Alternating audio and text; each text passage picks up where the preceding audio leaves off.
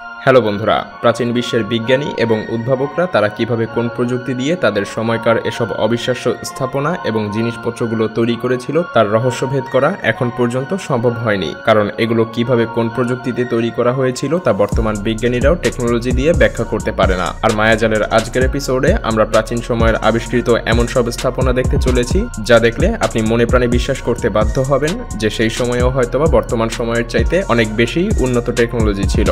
তো স্বাগতম আপনাকে মায়াজালের আরও একটি নতুন এপিসোডে।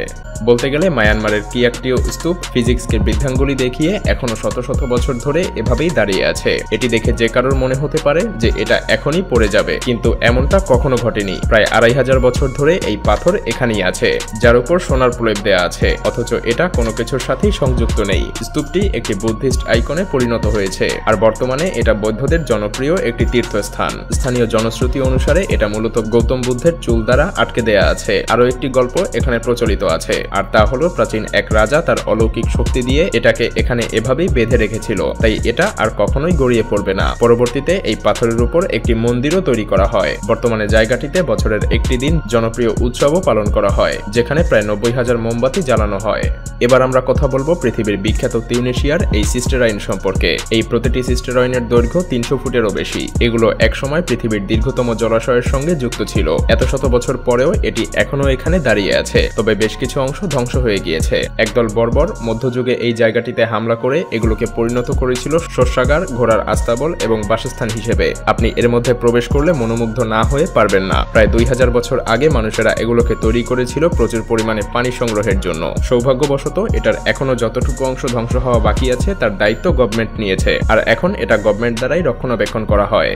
একবার কল্পনা করুন, কোনো চার্চ তৈরি করতে যদি পাথরের তলদেশ থেকে গর্ত খোদাই করতে করতে এটা সম্পূর্ণ করা হয়, তাহলে কতটা পরিশ্রম করতে হবে এবং এর জন্য কতটা জনবল প্রয়োজন হবে। কিন্তু অবিশ্বাস্যভাবে ইথিওপিয়ার লা লেবেলা চার্চ এভাবেই তৈরি করা হয়েছে।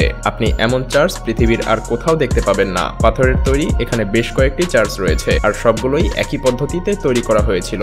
এটার নিচ থেকে তৈরি করার কাজ শুরু করে এটার চূড়ায় ক্রস আকৃতি দেয়া হয়েছিল, যা একটি অবিশ্বাস্য পদ্ধতিতে নির্মাণ করা হয়েছিল। এখানে মোট 11টি চার্চ রয়েছে, আর এর প্রত্যেকটি একটি গোপন সুড়ঙ্গ দ্বারা কানেক্টেড ছিল। আসলে এটা নির্মাণ করা হয়েছিল 12 থেকে 13 শতাব্দীর মধ্যে। এত শত বছর পূর্বে অন্ধকারের মধ্যে কিভাবে মানুষ এগুলো তৈরি করতে পেরেছিল সেগুলো এখন পর্যন্ত রহস্য হয়েই আছে। মূলত এটা একটা সোনার চাকতি, যা পাওয়া গিয়েছিল জার্মানির লেয়ার সাক্সনির ন্যাশনাল মিউজিয়ামে। আসলে এটি একটি প্রত্নতাত্ত্বিক নিদর্শন। এটার সাথে বেশ অদ্ভুত একটি হিস্টোরিও জড়িয়ে আছে। ফ্রাইসল্যান্ডের এক কৃষক এটি মাঠের মধ্যে খুঁজে পায়। কৃষক ভেবেছিল এটা দেখতে সুন্দর কিন্তু মূল্যহীন, তাই এটা খেলার জন্য তার বাচ্চাকে দিয়ে দিয়েছিল। হঠাৎ একদিন একজন প্রাচীন জিনিসপত্র বিক্রেতা সেখানে যায়, আর ঠিক তখনই সেই কৃষক পরিবার বুঝতে পারে এইসব পুরনো জিনিসপত্র মূল্যবান হয়ে উঠতে পারে। তারপর তারা সেটাকে বেশ ভালোভাবেই সেই ডিলারের কাছে বিক্রি করে দেয়, আর সেই ডিলার এটা পাঠিয়ে দেয় একটি গবেষক দলের কাছে। গবেষকেরা বুঝতে পারে এটার বয়স প্রায় 3500 বছর, যা মূলত ব্রোঞ্জ যুগের। এটা আসলে কোনো মূল্যবান ধাতুর তৈরি নয়, এটা মূলত প্রাচীন জ্যোতির্বিজ্ঞানের একটি ক্যালেন্ডার। এটির মধ্যের চিহ্নগুলো মহাকাশের বিভিন্ন গ্রহের গতিবিধি নির্দেশ করে। অবিশ্বাস্যভাবে এই চাকতিটিতে 9টি গ্রহই উল্লেখ ছিল, কিন্তু ইতিহাস বলে 1781 সালের আগে ইউরেনাস এবং 1930 সালের আগে নেপচুন গ্রহ দেখাই যায়নি, অথচ এই ডিস্কটিতে অবিশ্বাস্যভাবে 9টি গ্রহেরই নির্দেশ ছিল।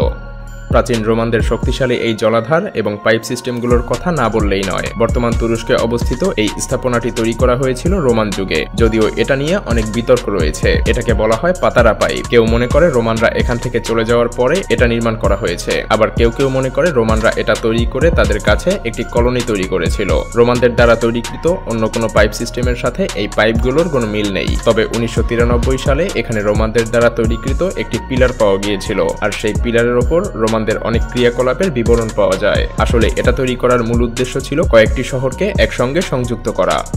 একবার কল্পনা করুন তো, এত উচ্চ বিল্ডিং সম্মিলিত আধুনিক একটি শহরের মধ্যে কি আদৌ প্রাচীন কোনো নিদর্শন থাকা সম্ভব? হ্যাঁ, আছে। এই দেখুন, চীনের এই বাউচো প্যাগোডা কেন কিভাবে তৈরি করা হয়েছে তা আজও অজানা। এর কারণ হলো এত উঁচু একটা প্যাগোডার শীর্ষে ওঠার জন্য আপনি কোনো রকম সিঁড়ি খুঁজে পাবেন না। তাহলে অবশ্যই আপনার মনে প্রশ্ন আসছে যে মানুষ সেই সময় এটার চূড়ায় কিভাবে উঠত। আসলে এই প্রশ্নের উত্তরই সবার অজানা। তাছাড়া অন্য কোনোভাবে এই চূড়ায় ওঠাও সম্ভব নয়। তাই আজও কোটি কোটি মানুষের মনে এই একই প্রশ্ন যে এটা কিভাবে তৈরি করা হয়েছিল। জানি না বিজ্ঞান এর উত্তর কোনোদিন খুঁজে পাবে কিনা। এবার আমরা ভারতে চলে এসেছি। আপনারা যে অসংখ্য এলোমেলোভাবে বিস্তৃত গুহা দেখতে পাচ্ছেন, এটি মূলত একটি বৌদ্ধ মন্দিরের অংশ।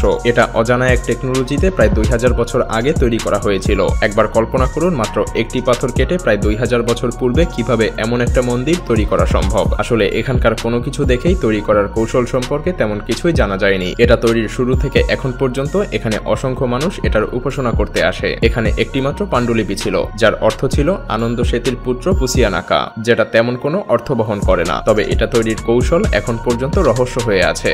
আগের দিনগুলোতে অভেদ্য দুর্গ কামান দিয়ে ধ্বংস করা সম্ভব হতো, যদিও এটা মধ্যযুগেও তৈরি করা সম্ভব হয়নি। কিন্তু জানলে অবাক হবেন যে আর্কিমিডিসের এই কামান ডিজাইন করা হয়েছিল প্রায় 2300 বছর আগে। তবে 15 শতাব্দীর দিকে Italian Renaissance master Leonardo da ভিঞ্চির ডিজাইনকৃত বাষ্প ইঞ্জিন চালিত ক্যানন নির্মাণ করে ফেলে, যাতে কিনা আর্কিমিডিসের সেই ব্লুপ্রিন্ট ব্যবহার করা হয়েছিল।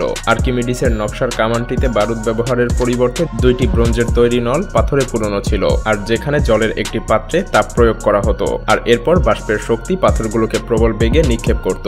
হ্যাঁ, সেই সময়ে এই কামান ব্যবহার করা হয়েছিল যারা রোমান দ্বারা আক্রান্ত হয়েছিল, আর এই ডিজাইনকে পরবর্তীতে ভিঞ্চি আরও আপগ্রেড করেছিল। ভিডিওটি ভালো লাগলে শেয়ার করতে পারেন, এবং আপনি যদি এমনই রহস্য, রোমাঞ্চ, আনকমন আর ইন্টারেস্টিং ভিডিও দেখতে পছন্দ করে থাকেন, তবে মায়াজাল চ্যানেলটিকে এখনই সাবস্ক্রাইব করুন এবং পাশে রাখা বেল আইকনটি প্রেস করুন। তো দেখা হচ্ছে আগামী এপিসোডে। ততক্ষণ পর্যন্ত ভালো থাকবেন। ধন্যবাদ।